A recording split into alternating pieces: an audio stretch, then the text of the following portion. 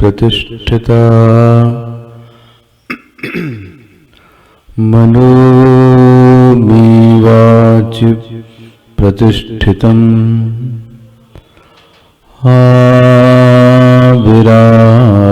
आविराविर्मैधि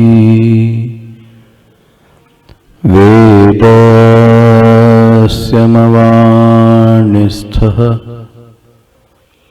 श्रुतं मे मा प्रहासीः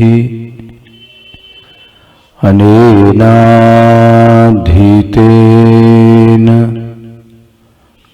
अहोरात्रान् सन्दधामि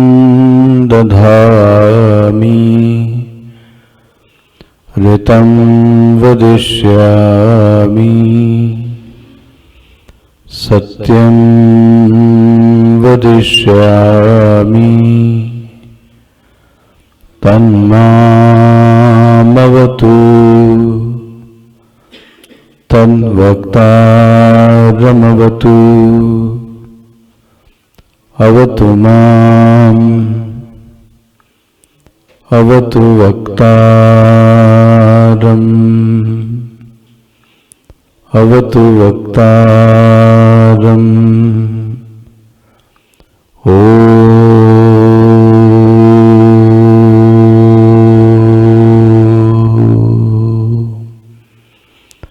शांति शांति शांति। सदाशिवसमारम्भां शङ्कराचार्यमध्यमाम् अस्मदाचार्यपर्यन्तां वन्दे गुरुपरम्परां शङ्करं शङ्कराचार्यं केशवं बादरायणं सूत्रभाष्यकृतौ वन्दे भगवन्तौ पुनः पुनः भगवन्तौ पुनः पुनः भगवन्तौ पुनः पुनः। ॐ सहना भवतु सहनौ भुनक्तु सह वीर्यं करवावहै तेजस्विनावधीतमस्तु मा विद्विषावहै।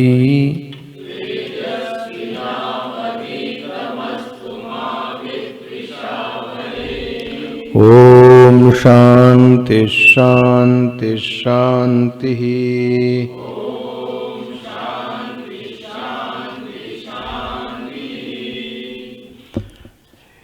इंद्रियेभ्यः परायर्थाः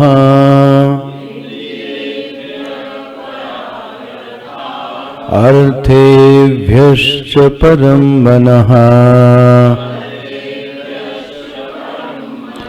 मनसस्तु परा बुद्धिः बुद्धेरात्मा महान् परः इन्द्रियेभ्यः परायर्थाः अर्थेभ्यश्च परं मनः मनसस्तु परा बुद्धिः बुद्धेरात्मा महान् परः महता परमव्यक्तम् अव्यक्तात् पुरुषः परः पुरुषान्न परं किंचित् सा काष्ठा सा परागतिः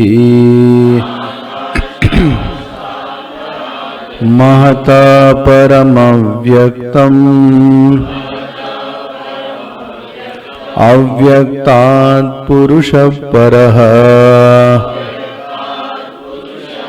पुरुषान्न परं किंचित् सा काष्ठा सा परागतिः सा काष्ठा सा परागतिः।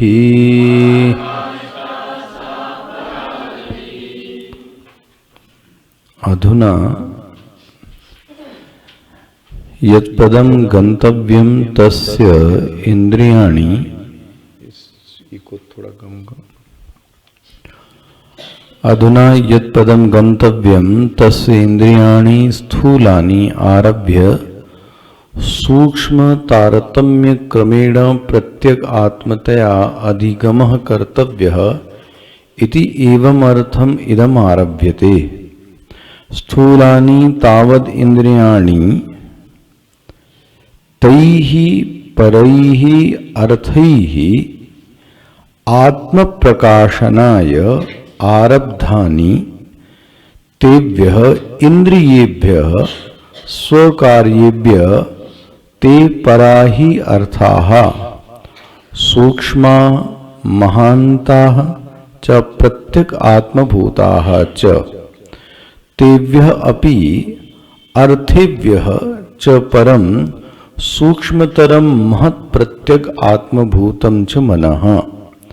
मनः शब्दवाच्यं मनसः आरंभकं भूत सूक्ष्मं संकल्प विकल्प आदि आरंभकत्वात् मनसः अपि परा सूक्ष्मतरा महत्तरा प्रत्यक आत्मभूता च बुद्धिः।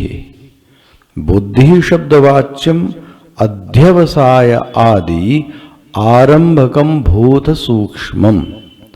बुद्धेः आत्मा सर्व प्राणी बुद्धीनां प्रत्यक आत्मभूतत्वात् आत्मा महान् सर्वं महत्वात् अव्यक्ताद् यत् प्रथमं जातं हैरण्यगर्भं तत्त्वं बोध अवबोधात्मकं महान् आत्मा बुद्धेः परः इति उच्यते।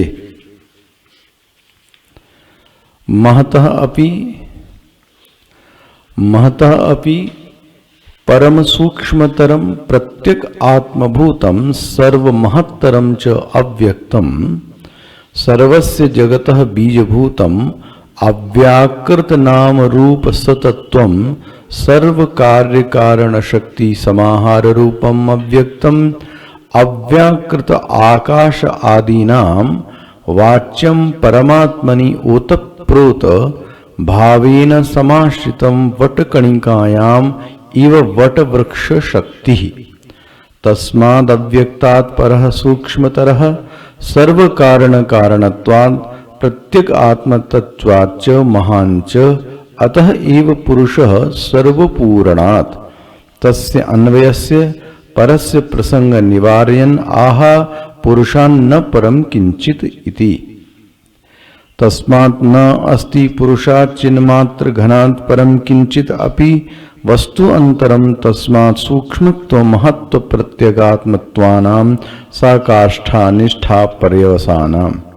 अत्र ही इंद्रियेभ्यः आरभ्य सूक्ष्मत्व आदि परिसमाप्तम् अतएव च गंत्रिणां सर्वगतिमतां संसारिणां सा परा प्रकृष्टा गति यद्गत्वा न निवर्तन्ते इति स्मृतेः। ननु गति चेद आगति अपि भवितव्यं कथं यस्मात् भूयो न जायते नैष दोषः। सर्वस्य प्रत्यगात्मत्वात् अवगति एव गतिः इति उपचर्यते। प्रत्येक आत्मतत्वं च दर्शितम् इंद्रियः मनोबुद्धि परत्वेन यो हि गन्ता स अयं प्रत्येक रूपं पुरुषं गच्छति अनात्मभूतं न विन्दति स्वरूपेण। तथा च श्रुति अनध्वगा अध्वसुपारैष्णवः इत्याद्याः तथा च दर्शयति प्रत्येक आत्मत्वं सर्वस्य।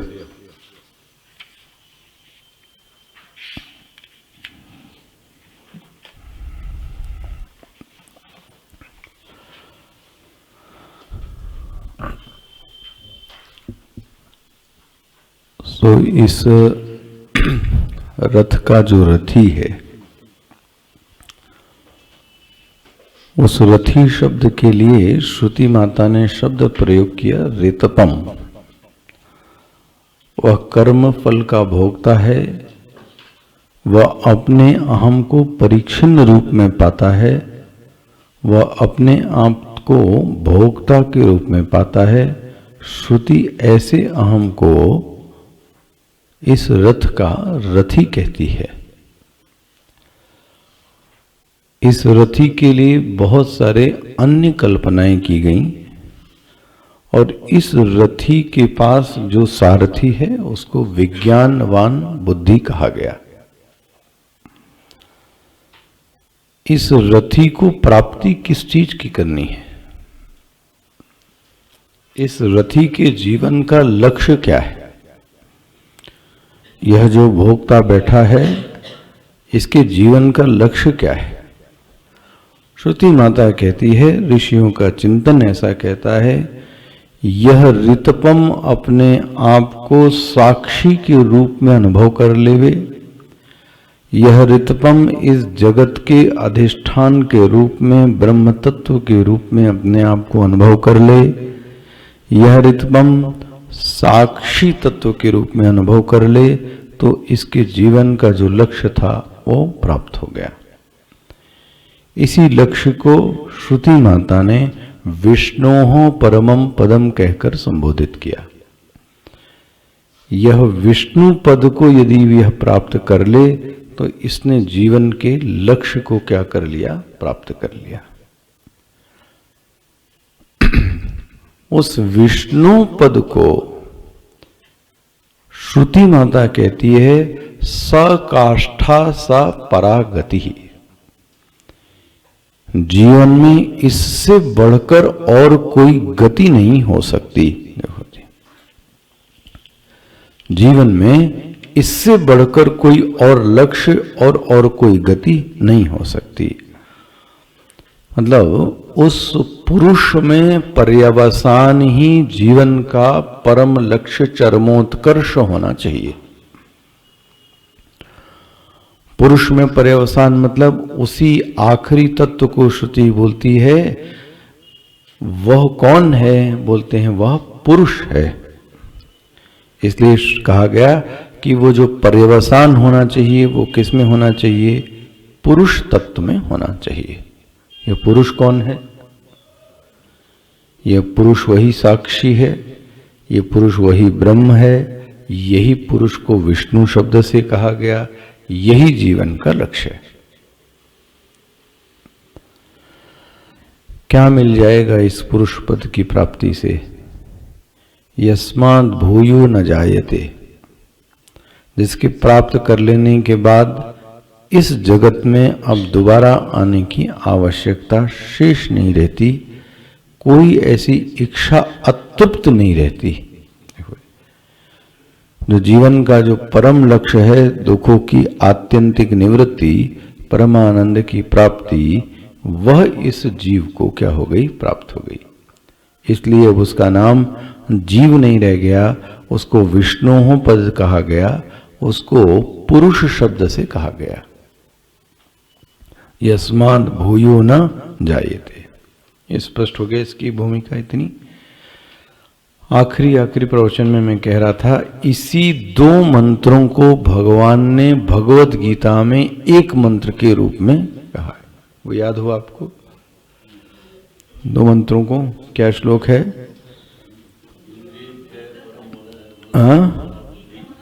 गीता वाक्य कहा गया। इंद्रियाणि पराण्याहु इंद्रियेभ्यः परम मनः। ये तो यो बुद्धि परतस्तु सह, भगवान ने यहां से और क्रम जोड़ दिया। मनसस्तु परा बुद्धि, यहां तक तो गीता ने भी कहा। स्पष्ट आ गया ये। लेकिन अब बोलते बुद्धेरात्मा महान परः, महतम परम अव्यक्तम, अव्यक्तात् पुरुष परः, पुरुषात् न परम किंचित, सा काष्ठा सा परागति। इसी श्लोक को भगवत गीता ने भी बोला और इसी श्लोक को श्रुति ने दो शब्दों में, दो श्लोकों में बोला। हम उस श्लोक की चर्चा कर लें और अंतर देखिएगा सावधानी से। वहां क्या बोलते हैं, निकाल के रख लीजिए, कौन सा अध्याय ये? देखिएगा,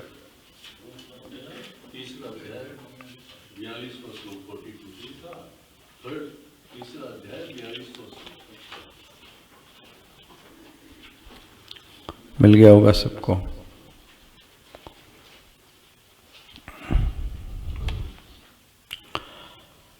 कितना अंतर है और अंतर को सावधानी से समझिएगा। पहला, इंद्रियाणि पराण्याहुः, इसका मतलब क्या हुआ? गीता में क्या कहा गया? यह जो परम कौन है? परम है किससे? बहुत सावधानी से, नहीं शुरुआत से देखो। इंद्रियाणि पराण्याहुः, अपराण्याहुः किससे है पर? ये नहीं बताया। इंद्रियेभ्यः परम मनः, क्रॉस कर गए। अंतर देखा, सूक्ष्मता। इंद्रियाणि पराण्याहुः, इंद्रियां पर हैं किससे? कुछ नहीं बोला। इंद्रियेभ्यः परम मनः, इंद्रिय से पर कौन है? मन। यहां क्या बोल रहे हैं? इंद्रियेभ्यः परायर्थाः, स्पष्ट बोल रहे हैं। दोनों में अंतर देखना चाहिए। क्या बोलते हैं? फिर से देखना है, ये श्लोक अपना है।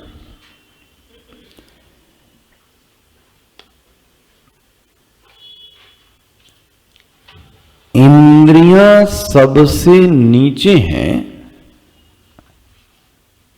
और अगर ये नहीं समझ में आता आपको तो वहां जाके पढ़ना। मैं इसको ही आपको पहले दिखा देता हूं, फिर देखो उसको, फिर तुलना करना। मैं ये चाहता हूं, तुलनात्मक विवेचन होना चाहिए, तो आपको स्पष्ट आएगा समझ में। पहले ये देख लो, इंद्रियेभ्यः परायर्थाः, पहले इतनी पंक्ति देखनी है। इंद्रियेभ्यः परायर्थाः, अर्था मतलब विषय। इंद्रियों से जो पर है, सूक्ष्म है, वो कौन है? अर्थ। अर्थ मतलब विषय। इंद्रियों से जो सूक्ष्म है उसका नाम है विषय। भगवान भाष्यकार क्या कहते हैं? स्थूलानि, मिला भाष्य देखिए क्या है। स्थूलानि इंद्रियाणि, स्थूलानि तावत इंद्रियाणि।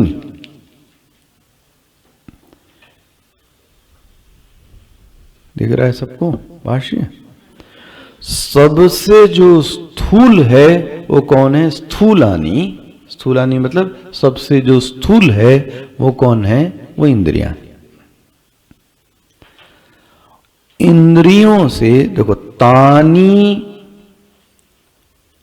तानी यैहि अर्थैहि आत्म प्रकाशनाय। एक एक शब्द को बहुत आसानी से देखिएगा। उन सब के द्वारा, किन सब के द्वारा? तानी अयैहि, जिनके द्वारा, अर्थैहि, जिसके द्वारा, जिसके द्वारा मतलब इन्हीं अर्थों के द्वारा इन इंद्रियों का आरंभ किया गया। इसका मतलब आरंभ किसने किया? अर्थों ने। किसका प्रारंभ किया?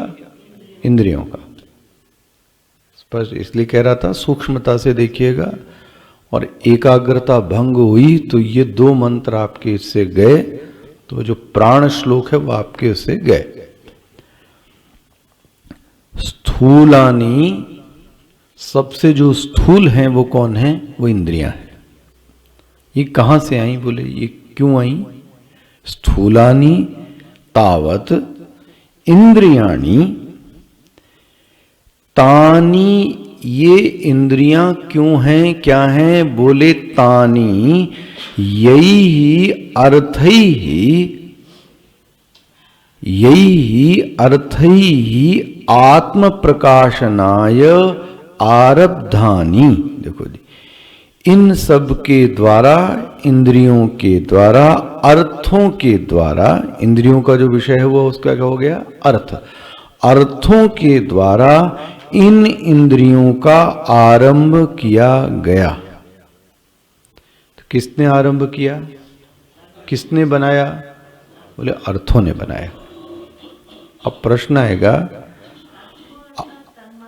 ना ना ना ना ना, विषय, विषय, विषयों ने इंद्रियों को बनाया। अभी तक आप क्या रट रहे थे?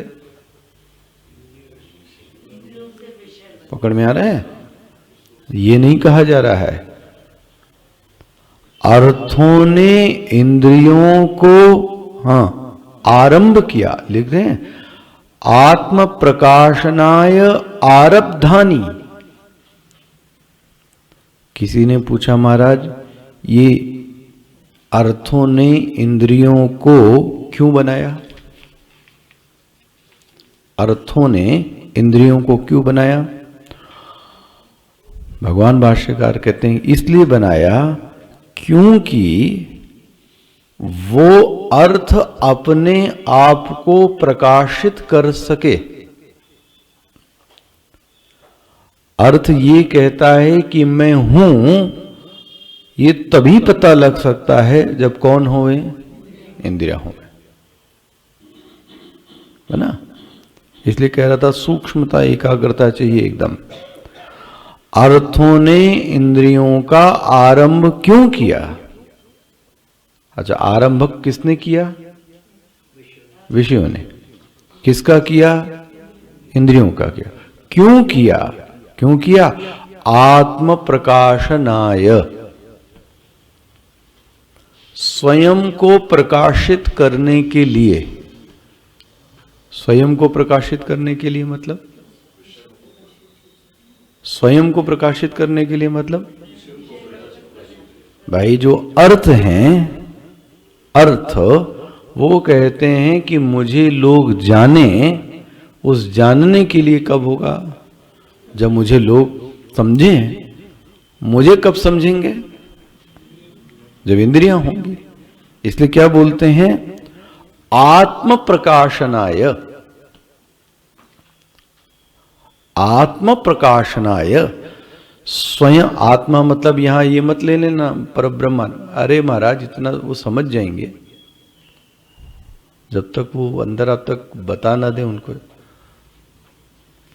आत्म प्रकाशनाय, स्वयं को प्रकाशित करने के लिए अगर कहीं आत्म का अर्थ आपने आत्मा ले लिया तो गए आप काम से। स्वयं को प्रकाशित करने के लिए, स्वयं को प्रकाशित करने के लिए मतलब ना ना ना, वृत्ति उत्ति कुछ मत लाना भाई। जो इंद्री का विषय है वो विषय ये कहता है कि मैं दुनिया के सामने कब आऊंगा, जब इंद्रियां होंगी तभी तो लोग बोलेंगे कि ये विषय है। तो विषय ने अपने आप को प्रकाशित करने के लिए इंद्रियों को क्या किया, बनाया। इसका मतलब क्या हो गया, अर्थ अपने आप को दिखाना चाहते थे। अर्थ अपने आप को, अर्थ मतलब विषय, विषय अपने आप को सबके सामने ख्यापित करना चाहते थे, सबके सामने दिखाना चाहते थे। और अच्छा, ये तो सरल सा है सूत्र। आदमी अपने आप को क्या करना चाहता है, सबके सामने नहीं दिखाना चाहता। करके देखो आप, ये वृत्ति का विरोध कर लो। जो व्यक्ति है वो तब तक संतुष्ट नहीं होता जब तक दूसरा कोई देख न ले। मान लो ऐसा, विनोद में कहते हैं संत लोग, ये कहानी सुनाई थी गुरुजी ने। एक आदमी ने सोने के दांत लगाए,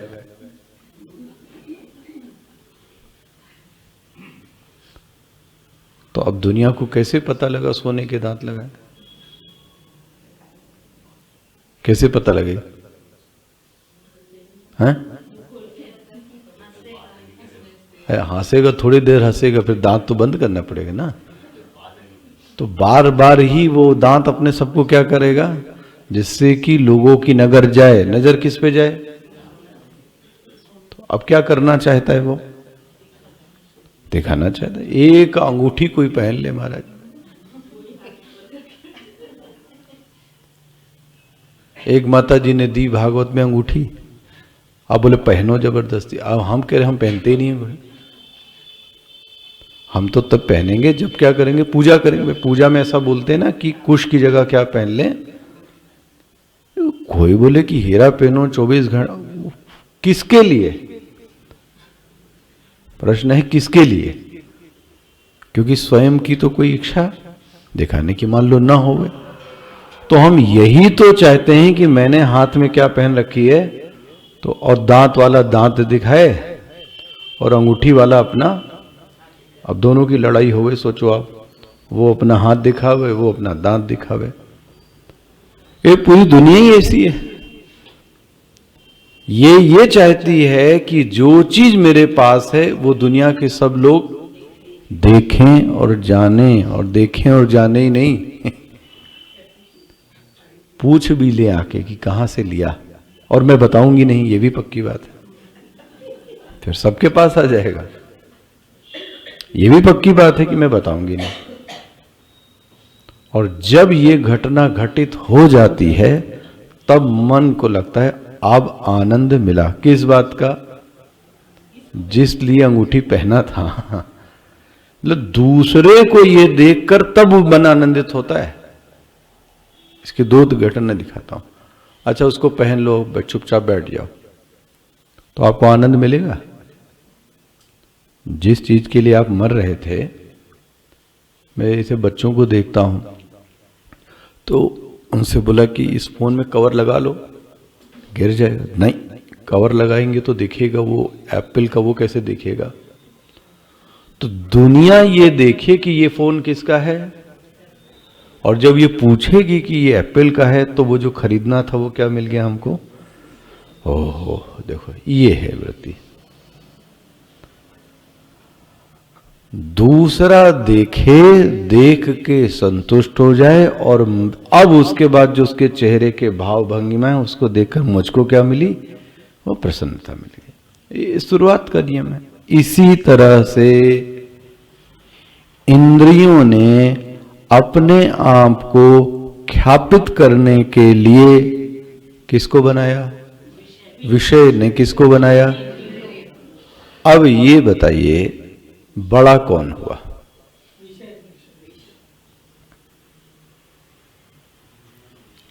इंद्रिय बड़ी है कि विषय बड़ा है? सोच लो। तो कौन कारण है? इंद्रियों का कारण विषय बना, एक्चुअली में विषय का कारण इंद्रिय कौन है?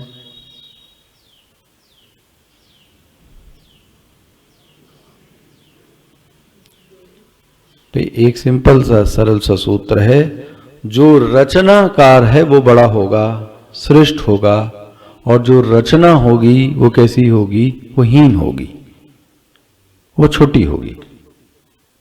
रचनाकार बड़ा होगा, रचनाकार श्रेष्ठ होगा, जो रचना होगी वो कैसी होगी? वो छोटी होगी। यहां रचनाकार कौन है? तो रचनाकार श्रेष्ठ हुआ, और जो रचना हुई वो कैसी हुई? वो कनिष्ठ हुई, वो छोटी हुई, वो हीन हुई। इसका मतलब इंद्रिय छोटी हो गई और अर्थ क्या हो गया? बड़ा हो गया। फिर से देखो, दो चीजें, एक तो इंद्रिय का कारण बना कौन? विषय, तो कारणत्वात्, क्योंकि इंद्रिय का कारण बना। दूसरा, इंद्रियों के लिए, देखो फिर से देखना, एक तो कारण बना, दूसरा प्रकाशित करना। देखो, महाभूत, अर्थ मतलब महाभूत है ना, विषय मतलब महाभूत।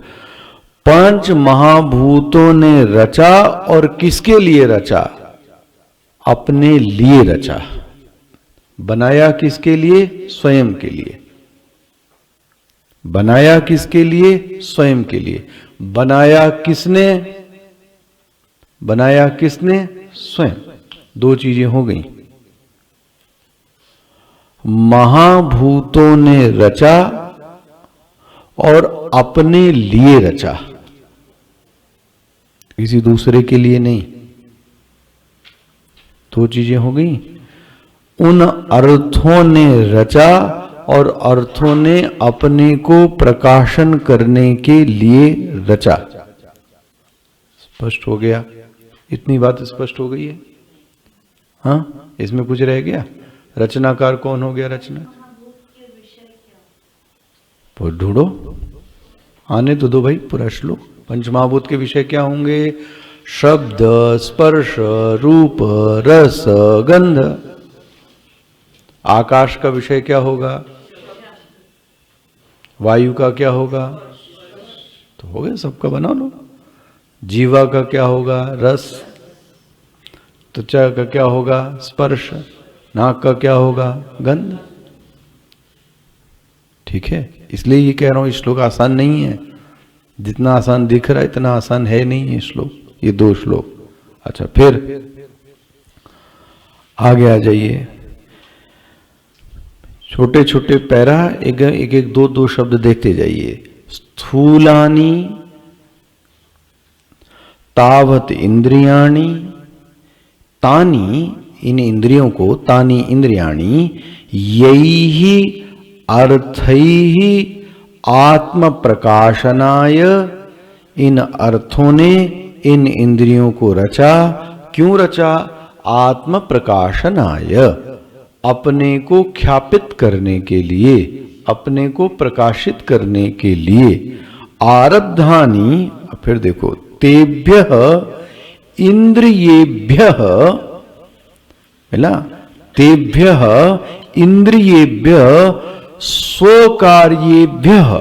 देखो फिर से देखना, इंद्रियेभ्यः, तेभ्यः इंद्रियेभ्यः स्वकार्येभ्यः। इंद्रियां तो हो गई कार्य, इंद्रियां तो हो गई कार्य, और जो अर्थ हो गए वो क्या हो गए? कारण। क्योंकि क्या बोलते हैं? तेभ्यः इंद्रियेभ्यः स्वकार्येभ्यः। इंद्रिया क्या हो गई? स्वयं में कार्य। और उनसे जो श्रेष्ठ हुआ वो कौन हुआ? अर्थाहा, पराहा अर्थाहा। मिल गया? तो एक टेक्निकल चीज और समझिए, ये परा और जो परम शब्द आता है, परम शब्द का लक्षण क्या है? बार बार आ रहा है ना, इंद्रियव्य परायर्था, ठीक है, फिर पराया, अर्थिव्यश्च परम मनः, फिर पराया, मनसस्तु परा बुद्धि, फिर पराया, है ना, है ना। तो देखो भगवान भाष्यकार क्या कहते हैं, किसको परम शब्द कहते हैं? देखो पहला तो मैंने क्या बोला, इंद्रिय कार्य रूप हो गई, और कारण कौन हो गए? विषय। अब बोलते हैं पराहा। परा का अर्थ क्या देखते हैं जरा देखो, तीन चीजें जिसमें होंगी वह परम होगा, ये रट लीजिए। तीन चीजें जिसमें होंगी उसको परम शब्द से कहा जाएगा। बोले वो तीन चीजें क्या होंगी? सूक्ष्माः महान्ताः प्रत्यग आत्मभूताः। भाष्य मिल गया, ये भाष्य में तीनों हैं।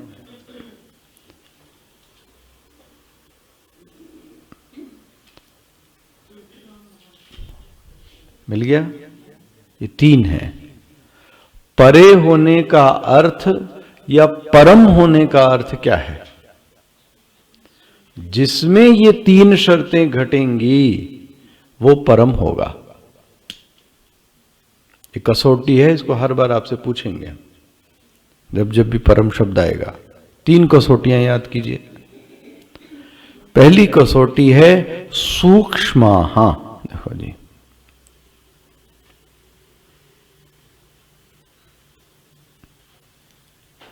वह चीज अन्यों की तुलना में सूक्ष्म होनी चाहिए, जो सूक्ष्म है वो परम है।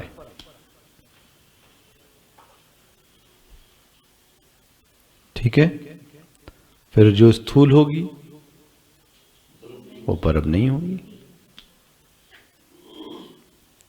स्पष्ट हो गया? सूक्ष्म, इसमें किसी भ्रम रह गया? परा शब्द की व्याख्या कर रहा हूं, परम शब्द की। जो सूक्ष्म है वो परम है। दूसरा महांतश्च,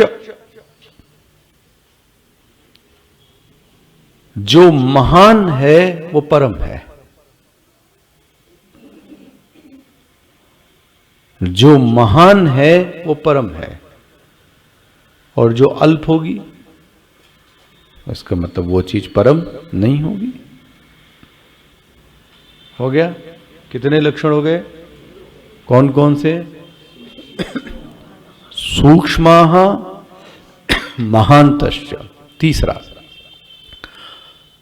प्रत्यग आत्मभूताश्च, वह चीज अंतरंग होनी चाहिए।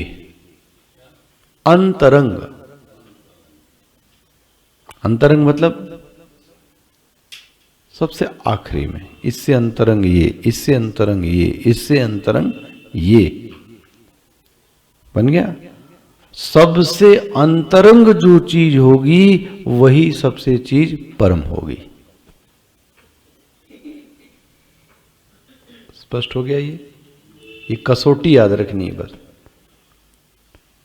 सूक्ष्माः महांतश्च प्रत्यगात्मा। प्रत्यगात्मा मतलब क्या है कि हमने सरल कर दिया, अंतरंग।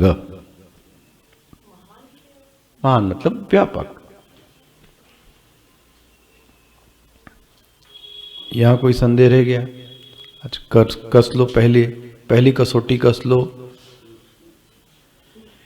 इंद्रियां और अर्थ की में ऊपर ही कसौटी कसी जाए। कौन परम है? विषय। तो यदि विषय परम है तो विषयों को इंद्रियों की तुलना में सूक्ष्म होना चाहिए। इंद्रियों की तुलना में विषय को सूक्ष्म होना चाहिए। दिखता ही है सूक्ष्म, आएगा समझ में भी। दूसरा, इंद्रियों की तुलना में अर्थ को महान होना चाहिए। इंद्रियों की तुलना में अर्थ को, विषय को प्रत्येक आत्मरूप अंतरंग होना चाहिए।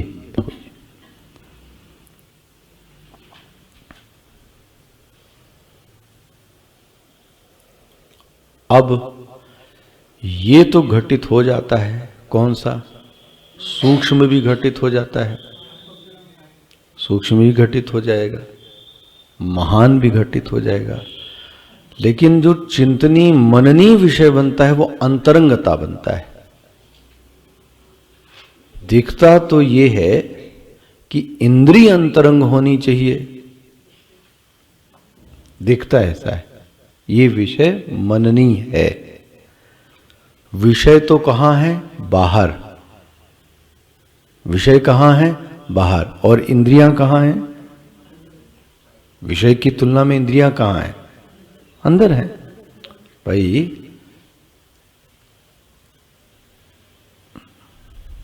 अध्यात्म का अर्थ ही होता है स्वयं की ओर गमन।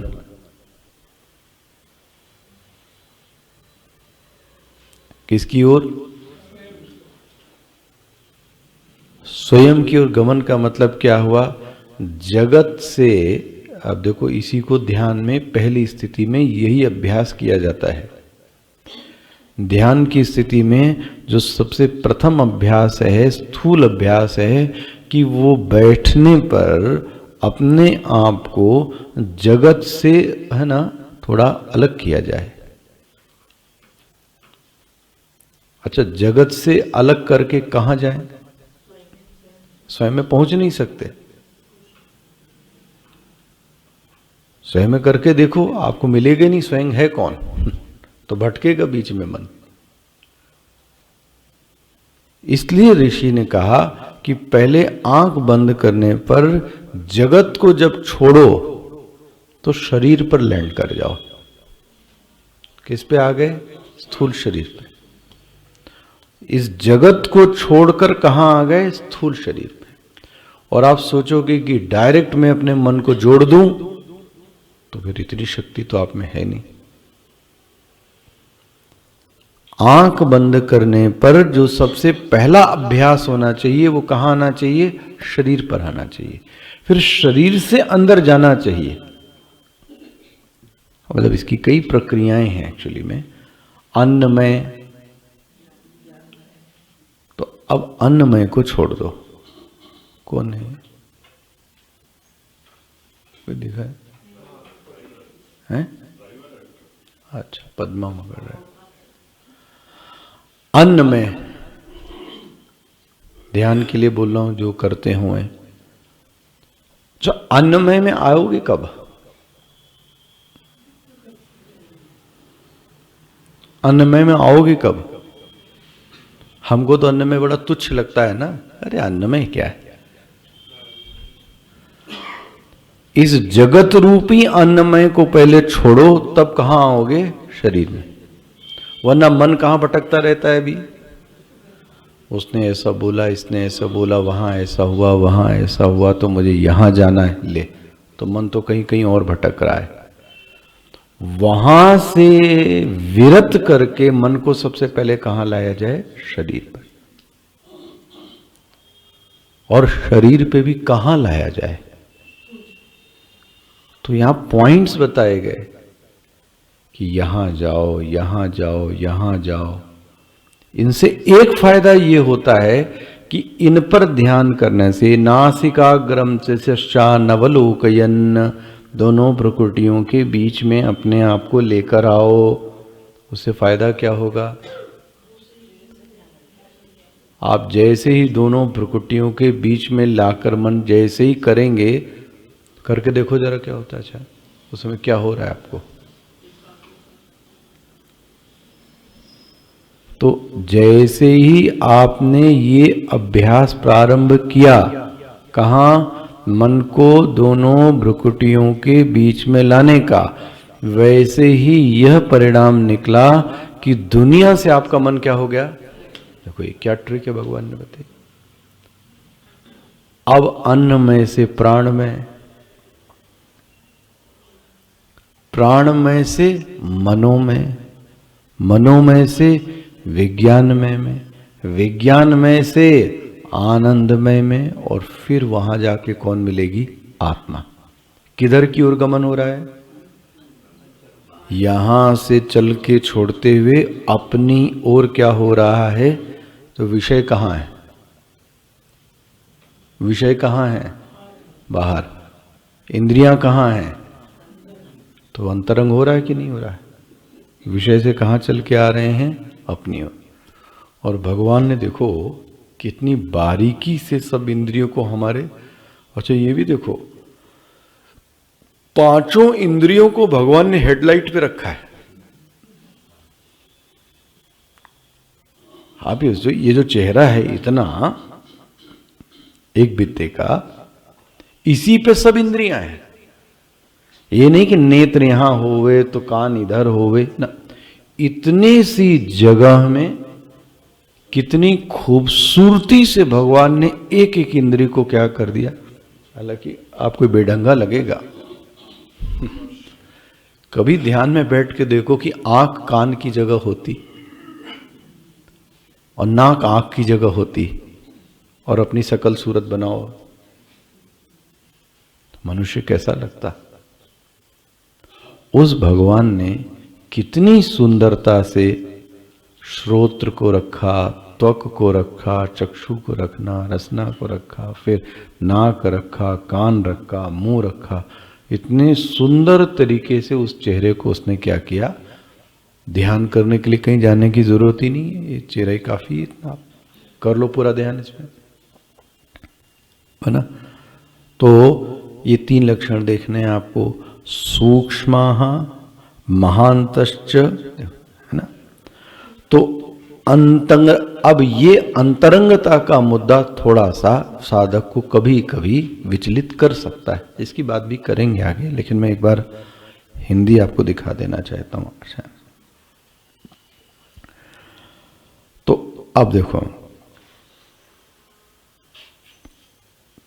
कार्य की अपेक्षा से जो कारण होता है वो कौन होता है? वो पर होता है। कार्य की अपेक्षा से जो कारण होता है वो क्या होगा? सूक्ष्म होगा। कार्य की अपेक्षा से जो कारण होगा वो क्या होगा? महान होगा।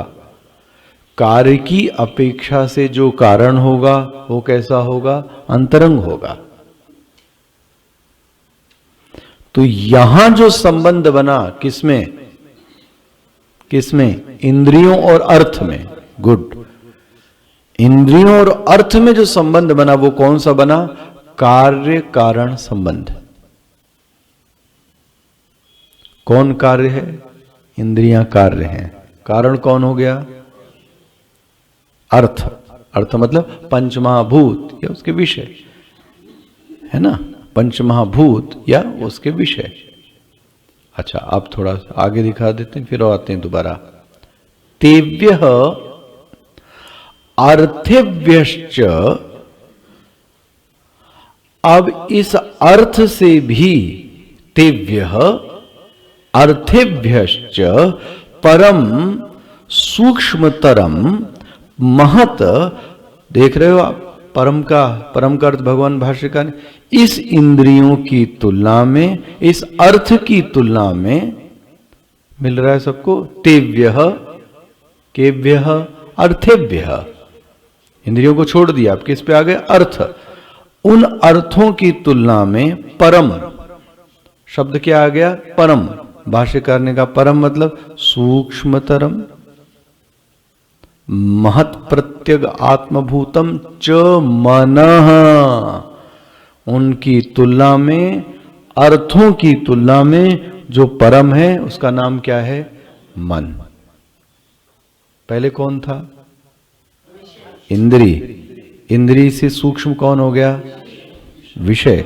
विषय से तुलना में कौन हो गया? मन।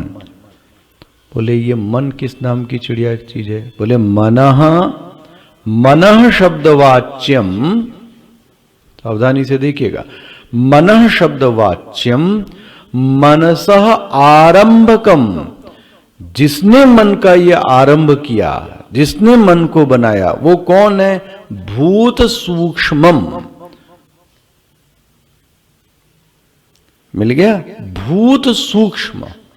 मन का कारण कौन हो गया? भूत सूक्ष्म। भूत सूक्ष्म मतलब एक स्थूल महाभूत है और एक सूक्ष्म महाभूत। मन का कारण कौन हुआ? मन को किसने बनाया? क्या बोलते हैं? मनसः आरंभकम। आरंभकम मतलब किसने बनाया मन को? बोलते हैं भूत सूक्ष्मम। सूक्ष्म महाभूतों ने मन को बनाया। संकल्प विकल्प आदि, एक बहुत सावधानी से देखिएगा, संकल्प विकल्प को वृत्ति नहीं कहा गया यहां। ये मत बोल देना संकल्प विकल्पात्मक मना, ना ना ना। जब मन ही नहीं बना तो वृत्ति कहां से आ जाएगी भी? संकल्प विकल्पात्मक आदि आरंभकत्वात्, ये जो मन संकल्प और विकल्प वाला है, इसका आरंभकत्व किसने किया? बोले सूक्ष्म महाभूत ने किया। इसका मतलब एक ये हो गया कि यदि मन सूक्ष्म महाभूत है तो इंद्री किससे बनी है फिर? स्थूल। आ गया? अगर ये सूक्ष्म है तो पहले कौन होगा फिर? स्थूल। पकड़ में आ गया इतनी चीजें? मन शब्दवाच्यम क्या कहेंगे? मनः शब्दवाच्यम, एकदम भाष्य को रटिएगा, देखिएगा तभी बैठेगा। मनः शब्दवाच्यम मनस आरंभकम, मन का आरंभ किया, किसने किया? स्फुट सूक्ष्मम, सूक्ष्म महाभूत। ये मैंने आपको पढ़ाया है। एक स्थूल महाभूत है, एक सूक्ष्म महाभूत है। अच्छा, और जो सही भाषा है वो यूज कर रहा हूं। एक पंचीकृत है, एक अपंचीकृत है। याद आ गया? पंचीकृत, पंचीकृत मतलब पांचों महाभूत आपस में मिल चुके हैं। ये तत्वबोध में आपको पढ़ाया होगा। आकाश, वायु, अग्नि, जल, पृथ्वी सब आपस में क्या हो गए? मिल गए। इसको क्या बोलते हैं? पंचीकरण। एक संत ने बोला पंचीकरण ना समझ में आए तुमको, वो संतों की भाषा बड़ी सुंदर होती, तो बोले पंजीरी समझ लो तुम। सब मिक्स कर दिया। पंजीरी बनाते ना, बोलते नहीं क्या पंजीरी करे? जब पांचों महाभूत मिक्स हो गए तो उसको क्या बोलेंगे? पंचीकृत।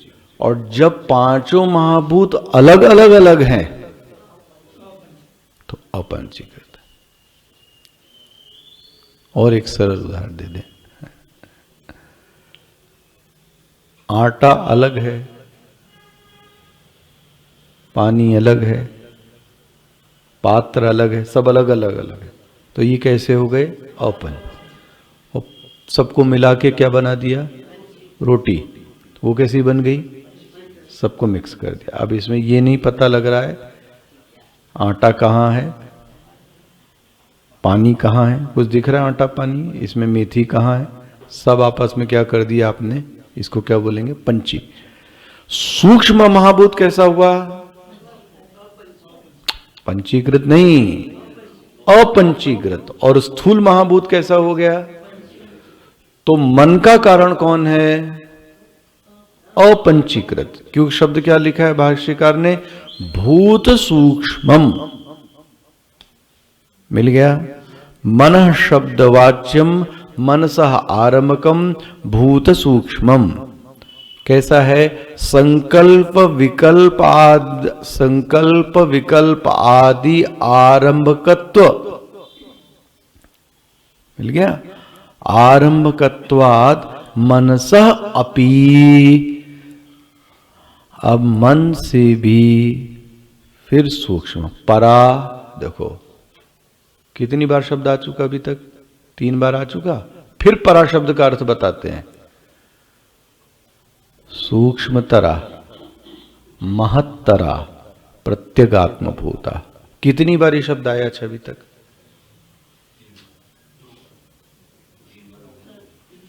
अभी झगड़ा कर लो कितने बार, 2-3।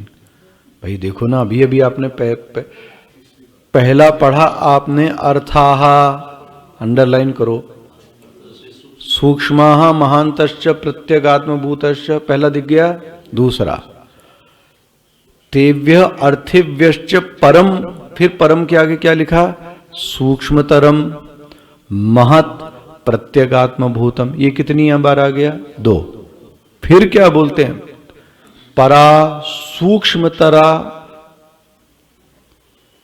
सूक्ष्मतरा, महत्तरा, प्रत्येक आत्मभूता च बुद्धि, बुद्धि शब्दवाच्यम अध्यवसाय आरंभकम भूत सूक्ष्मम। इस बुद्धि का जो कारण है उसका नाम भी क्या है? भूत सूक्ष्म। ले, अब बोले इन दोनों में क्या अंतर है? कुछ तो होगा अंतर। बुद्धि का भी जो कारण है वो कौन है? भूत सूक्ष्म। मिल रहा है सबको? बुद्धि का लक्षण क्या किया? बुद्धि शब्द वाच्यम, मिल रहा है? बुद्धि शब्द वाच्यम अध्यवसाय।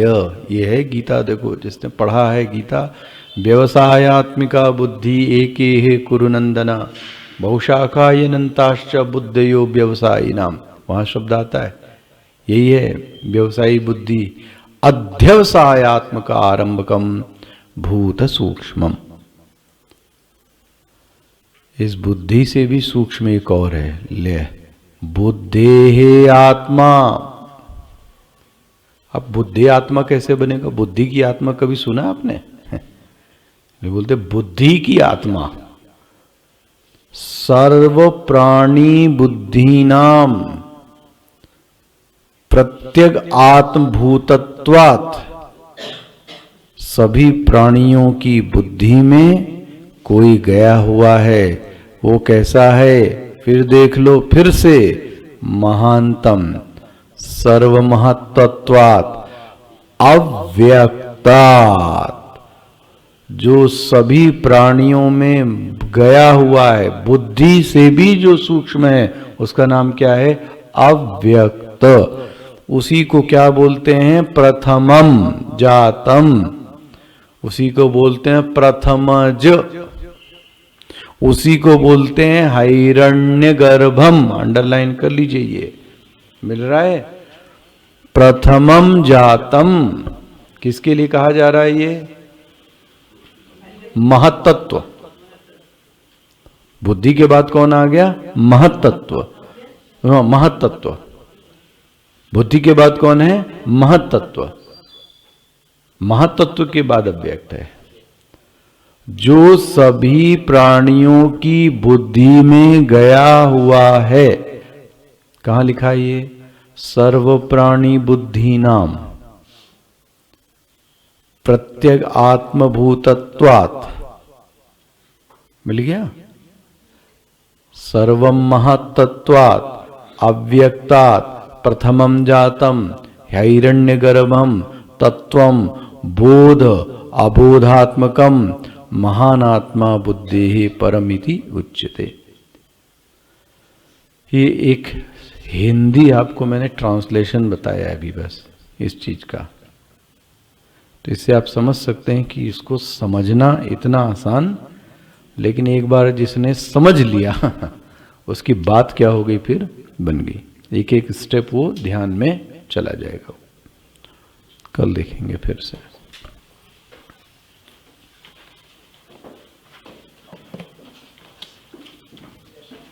कौन सा अध्याय? 10वां अध्याय। ओम श्री परमात्मने नमः। अथ 10मोऽध्यायः। श्री भगवानुवाच भूय एव महाबाहो शृणु मे परमं वचः यत्तेऽहं प्रीयमाणाय वक्ष्यामि हितकाम्यया सुरगणाः प्रभवं न महर्षयः